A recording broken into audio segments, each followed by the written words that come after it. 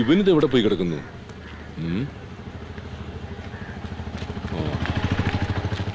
അതെ, കട അവിടെ മലർക്ക തുറന്നിട്ടിട്ട് നീ ഇവിടെ വന്ന് സൊറ പറഞ്ഞിരിക്കുക. ആരെങ്കിലും അതിനകത്തേക്ക് കയറി പോയാൽ പോലും അറിയില്ലല്ലോ. പിന്നെ രണ്ട് സൈഡിലും കാവലത്താണെന്താ സ്വർണ്ണക്കട.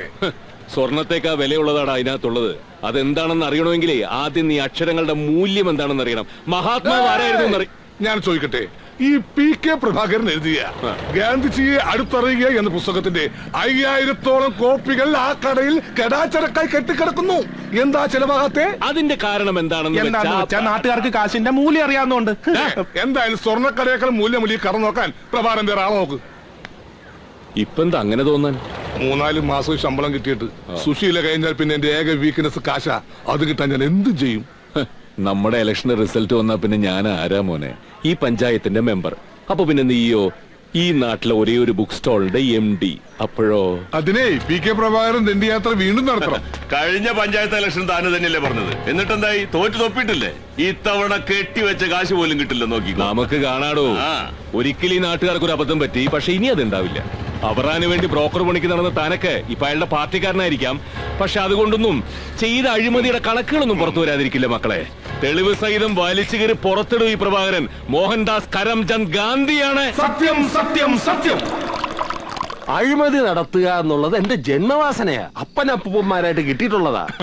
ജനകീയ ആസൂത്രണം, റോഡ് വികസനം, മണല് വാരല്, അങ്ങനെ ഓരോ കാരണങ്ങൾ പറഞ്ഞ് നമ്മുടെ പെട്ടിയിൽ 4 പുത്തം വീഴ്ത്തുമ്പോ എന്റെ പെരുവരലിൽ നിന്നൊരു തരിപ്പ് അങ്ങോട്ട് കേറും. എന്റെ വരദാസ, ആ തരിപ്പിന്റെ സുഖം എനിക്ക് വേറെ ഒന്നും കിട്ടിയിട്ടില്ല.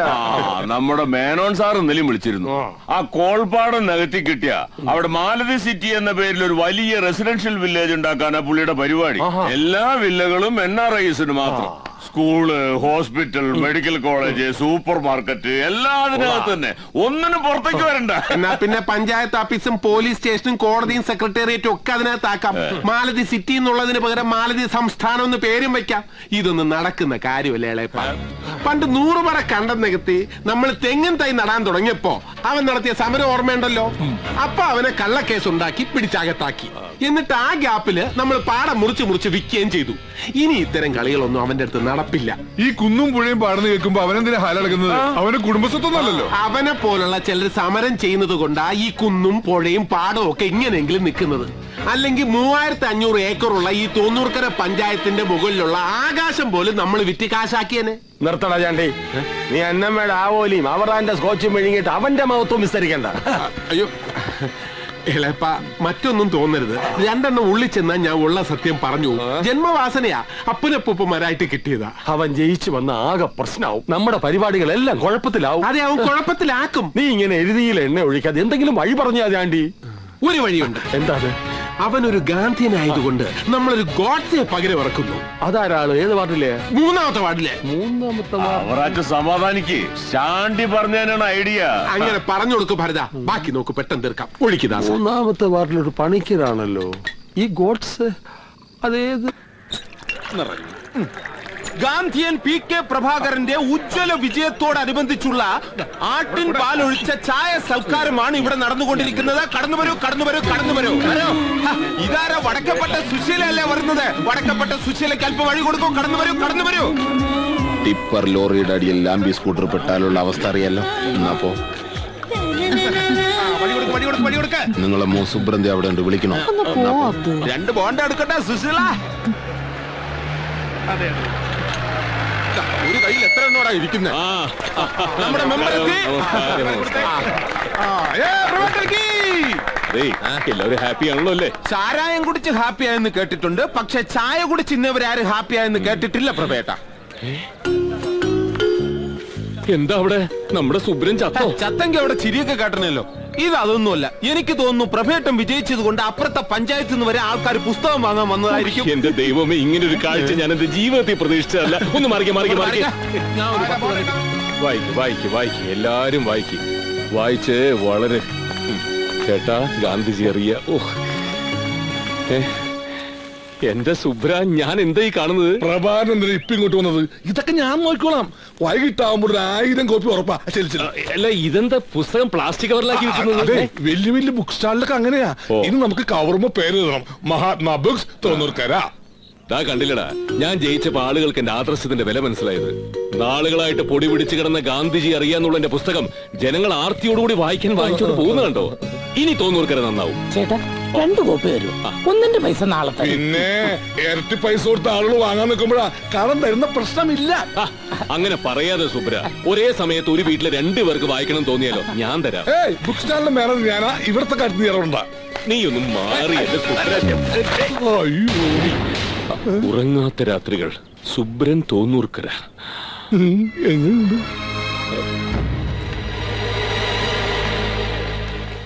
എന്താണത്? വടക്കേപ്പാട്ട് സുശീലിന്റെ ആത്മകഥ ഞാൻ എഴുതി അടുപ്പിച്ചതാ. അടുത്ത എഡീഷനിൽ ഭാഷ ഇത്തിരി ശരിയാക്കണം, അവിടെ ഇവിടെ കേട്ട് ഇത്തിരി തറയായി പോയെന്ന് പറഞ്ഞു വിമർശകര്. ഒരു ഡിജിറ്റൽ ഫീൽ ഉണ്ടാക്കാൻ ഒരു സീഡിയും ഒരു കാലത്ത് മലയാള സിനിമ താങ്ങി നിർത്തിയ ചില സിനിമകളിലെ സീനുകൾ കൂട്ടിച്ചേർത്ത ഒരു മിക്സ്. ചെറ്റത്തരം ചെയ്യുന്നുട നായേ, ഏത് ബുക്കിലാണ് നീ ഇത് ചെയ്തതെന്നറിയാമോ? സോറി, നല്ല ക്ഷമയുള്ള അഹിംസവാദി ആയതുകൊണ്ട് ഗാന്ധിജി ഇത് അഡ്ജസ്റ്റ് ചെയ്യുമെന്ന് കരുതി. ക്രമിച്ചു നാറ്റിക്കലും നശിപ്പിച്ചു കളഞ്ഞോളാം. മോനെ, ഇവിടെ ഏതൊരു പുസ്തകം കൊടുക്കണ്ടെന്ന് കേട്ടു. ഇതാ വായിക്കാൻ കണ്ണു പിടിക്കുവോ? അത് പിന്നെ ഇത്തിരി വെള്ളെടുത്തുണ്ടെന്നേ ഉള്ളൂ. കന്നഡ വെച്ചാ ഒരു കുഴപ്പമില്ല. സാക്ഷരതാ ക്ലാസ്സിൽ നീ എഴുത്തും വായന പഠിപ്പിച്ച ആളാ. ഒരു കോപ്പി കൊടുക്കട്ടെ? ഞാൻ എന്റെ കൈ എഴുത്ത് കോപ്പി തരട്ടാ.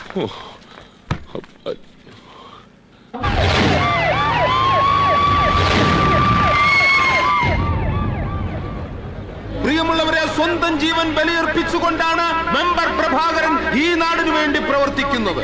തോക്കിനും ലാത്തിക്കുമല്ല, പീരങ്കിക്കും ബോംബിനും വരെ കീഴടങ്ങാത്ത ഈ നാടിന്റെ കണ്ണിലുണ്ണിയായ പൊന്നോമനയായ ചക്കരക്കുടമായ മെമ്പർ പ്രഭാകരന്റെ സമരത്തിന് നിങ്ങളുടെ എവരുടെയും മുഴുവൻ പിന്തുണയും അഭ്യർത്ഥിച്ചുകൊണ്ട് ഞാൻ ഈ മൈക്ക് സമരനായകൻ PK പ്രഭാകരന് കൈമാറുകയാണ്.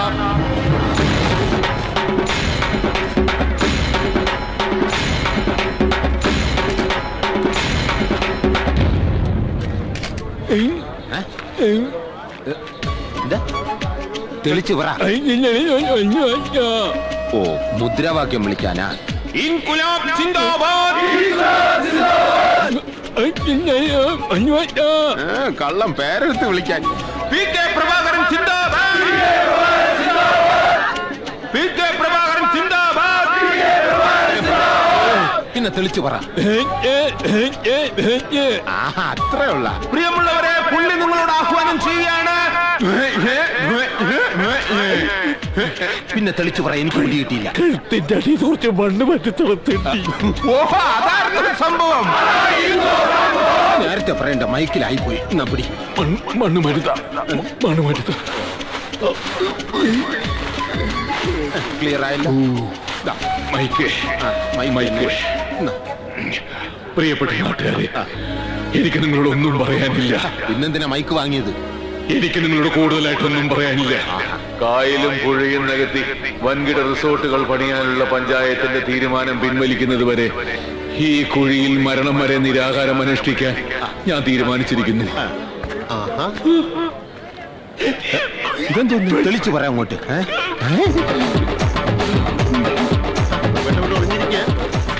എനിക്ക് പ്രവേശനോട് കാര്യം ഒരാൾ അന്തസ്സായിട്ട് മരിക്കാൻ കുഴി കിടക്കുമ്പോഴാണോ നീ ഒന്ന് കാശ് ചോദിക്കുന്നത്? ഞാനൊന്ന് പറയട്ടെ. നീ ഒരു മണ്ടത്തരം പറയാൻ നിൽക്കണ്ട.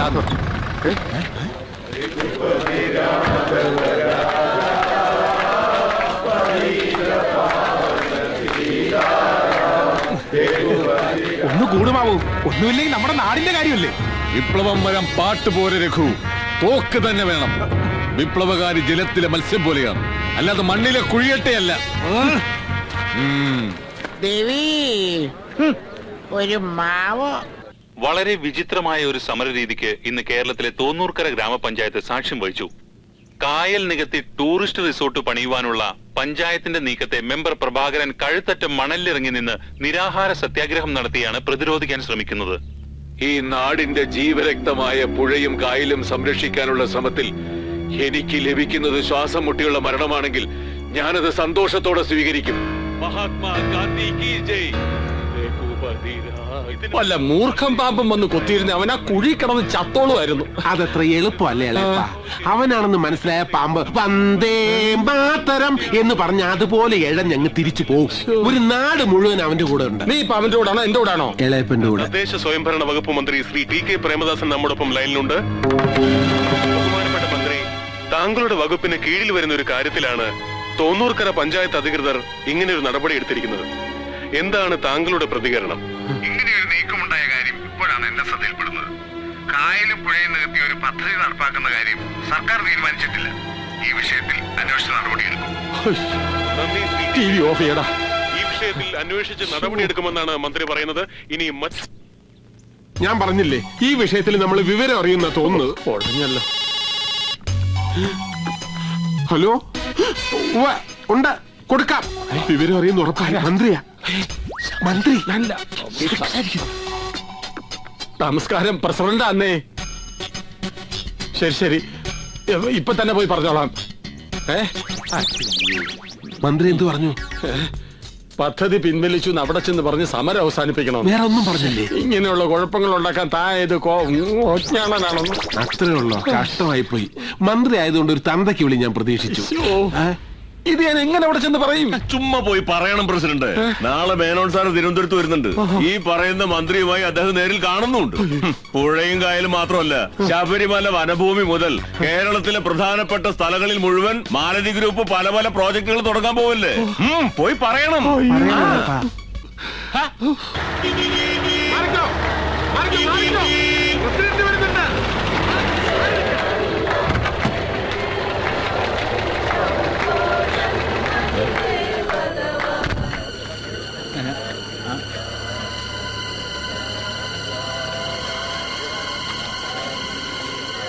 റിസോർട്ടിന്റെ കാര്യം അടുത്ത പഞ്ചായത്ത് മീറ്റിംഗിൽ ഒരു തീരുമാനം ഉണ്ടാക്കുന്നത് വരെ നടപ്പാക്കുന്നതല്ല.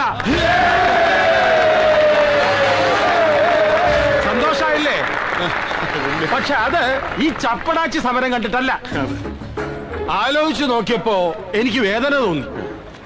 ഈ കായലില ഞാൻ കുളിച്ചും കളിച്ചും വളർന്നത്. എന്റെ അപ്പൻ മുങ്ങിച്ചത്തതും ഈ കായലില. എന്നിട്ടും ഞാൻ ഈ കായലിനെ വെറുത്തിട്ടില്ല. എന്താ കാരണം എന്നൊക്കറിയോ? എന്റെ അമ്മച്ചി കക്കവാരി എന്നെ പോറ്റി വളർത്തിയത് ഈ കായലിൽ നിന്ന്. ഇത് നികത്ത് റിസോർട്ട് ഉണ്ടാക്കാൻ ഇപ്പൊ ഈ കുഴിയിലായ പ്രഭാകരൻ സമ്മതിച്ചാൽ പോലും പ്രസിഡന്റ് ആയിരിക്കുന്നിടത്തോളം കാലം ഞാൻ സമ്മതിക്കില്ല. കാള പറ്റൂന്ന് കേൾക്കുമ്പോഴേക്കും കയറെടുക്കുന്ന ഇവന്റെ കൂടെ നിങ്ങളല്ലാതെ ഈ വിട്ടിത്തത്തിന് ഇറങ്ങി തിരിക്കുവോ? കാര്യം എന്റെ പാർട്ടിയിലുള്ള ചിലരിതിന് ശ്രമിച്ചു എന്നുള്ളത് സത്യമാണ്. പക്ഷേ ഞാൻ സമ്മതിക്കില്ല. എന്റെ അമ്മയാണ് ഈ കായൽ. പ്രഭാകര, സമരം നിർത്തി കുഴിയിൽ എഴുന്നേറ്റ് പോടാ ചക്ക.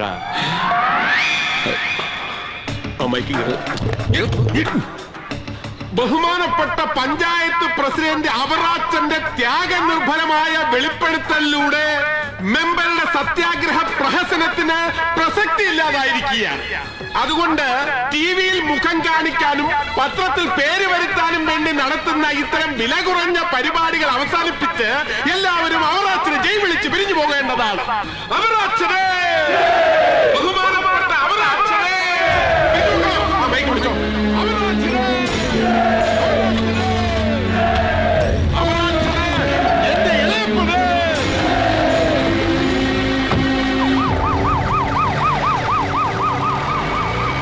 അതെ, എല്ലാരും പോയി എഴുന്നേറ്റ് പോവാൻ നോക്ക്, ഇല്ലെങ്കിൽ തല പട്ടിയെടുത്തോണ്ട് പോകും. എന്നെ ഒന്ന് കേറ്റി തന്നിട്ട് പോടാ. ഉണ്ട്. സോറി, തിരക്കിനിടയിൽ ഞാൻ അതങ്ങ് വിട്ടുപോയി.